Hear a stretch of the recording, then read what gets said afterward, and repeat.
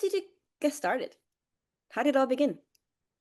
Well, I was exposed to Bitcoin when I was in college. I thought it was very interesting, and so I got some.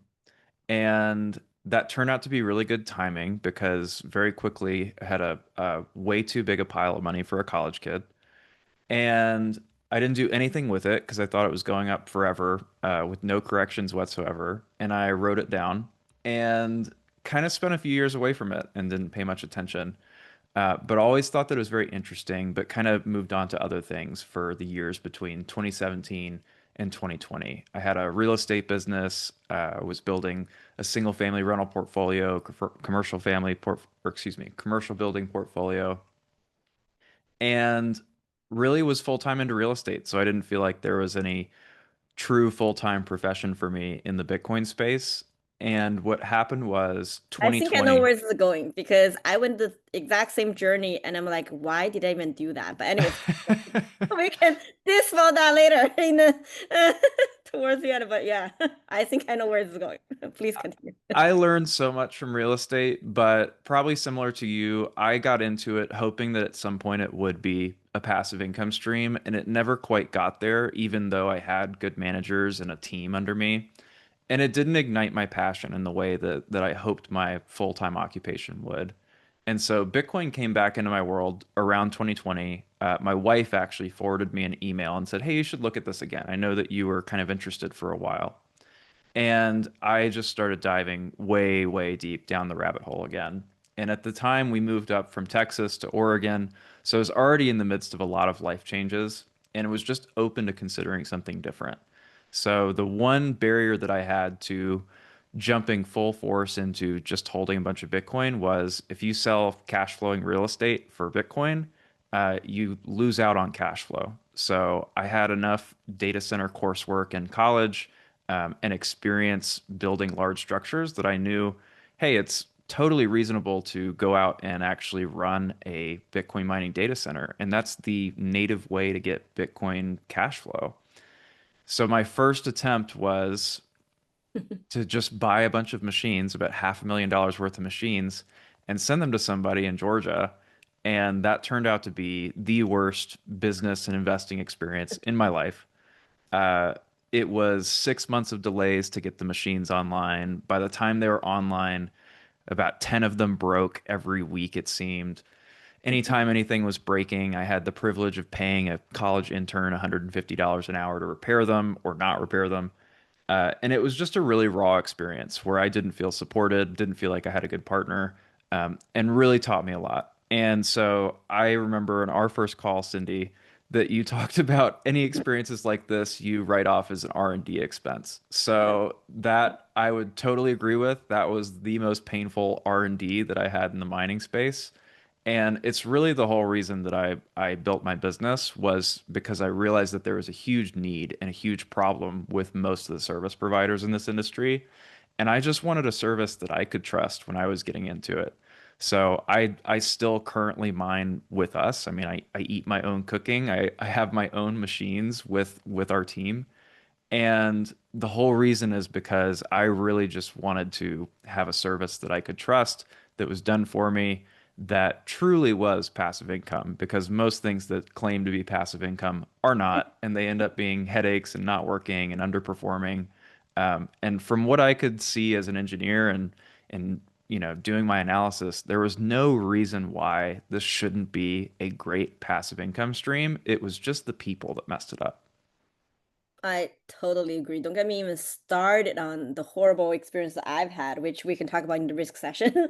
So, so essentially, what you started like how I started, I guess my audience, like you wanted something, but the market could not provide it, so you end up doing it yourself.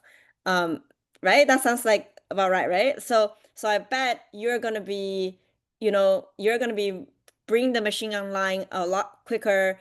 You're gonna be monitoring the site a lot more diligently, and you guys are gonna be very responsible caring for, I guess, other people's machines. And the fact that you guys actually mine in the same facility, like, is that right? Like you guys mine at the same facility? Yeah. That's So right. Yeah. that speaks volumes, right? So exactly, like when I started passive income community, like because I can get real passive income anywhere else. Real estate, forget about it. It's you get yourself a job that you never wanted and you don't even get paid. If you lose money, it's you're lucky. So um so in the end, like I'm like, okay, if nobody has the products I need out there, I'm gonna build it my own. So that's how I guess our community evolved. And we're, very lucky to come across many sponsors such as you guys and a bunch of other people who are truly making passive income available and realistic for people to actually start. So that's great. Yeah, and I don't know if this was your intention or if it happened to you in a similar way, but I never thought that I would be what some would call a public figure and doing education and publishing articles and videos and really offering service to a lot of people. I initially just wanted something for myself, and I was not really trying to bring other people with me. And one of my coaches says, your purpose sits right next to the worst thing that ever happened to you. And had that really painful event and investment loss not happened, I probably never would have made this available to people because I didn't have that personal painful experience to show me how much of a need it could be. And frankly, what I could potentially prevent somebody else from going through, because at that point I had just gotten engaged to my now wife. Thankfully, we got married and everything's fine. But that was a real downer at what should have been one of the coolest periods of my life. And so getting a chance to help people through something that, you know, if they potentially didn't have me or didn't have someone like me, could be a really rough road. That's a really nice way to wake up in the morning and know that I'm doing something worthwhile. This is completely the way that life happened to me as well. Like I totally resonate with it because when I started, I just want to have a double-digit return for my own money, which is like eating away at a bank. I wasn't thinking like other people would be interested. I was solving my own problem. And then once I solved it, I started with private lending. And then people, I guess, heard about it. They saw, they understood the logic. Then they just came. Like we've been doing this for like 10 years. We never actually advertised. Like all complete 100% of word of mouth and referrals because people made money and then they refer to other people. We're so open, like they don't do diligence. For example, if they saw the series, they're interested, they connect with you directly, right? So, so, and I solved my own problem, and that led me to, now I discovered the world of passive income, and then I realized nobody around me actually. We all heard of passive income, but nobody around me actually really did it and retired on it. So I'm like, okay, if nobody's doing it, I'm doing it for myself. So I did retire on passive income in my 30s, and like I don't do much every day. This is what I do. I talk to interested people like you guys, and literally just invest my own money into it just to test it out and share my experience with my audience, which wasn't even intentional in the beginning. And then I started getting audience. I'm like, this is so cool. And literally, there's people in my audience that retired because of the passive income, like they got from the knowledge that I was sharing. I was like, wow, I'm actually supporting families too. There are families who just, quit their jobs and pursuing their dreams. Like it really did not happen by design. And our most popular passive income streams, before I guess they got introduced to Bitcoin mining with you, is litigation financing. Like, not, don't even like people I don't had never know heard of that. it before I had saw that that was one of your core. Like I had never heard of litigation financing before. Yeah, people don't even hear about it. Not to mention somebody actually do it. Like what's the chance of you just, know somebody in your life that retired on litigation financing? Like nobody, right? I'm like, and you know how that happened to me? Because I myself got in a big car accident back in my 20s, and I was a plaintiff, and my like the lawyer who actually, operates this was my lawyer. And I went through a 10-year process to conclude my case. Wow. That's I was I was so like I went through that whole experience, so I totally get how it works.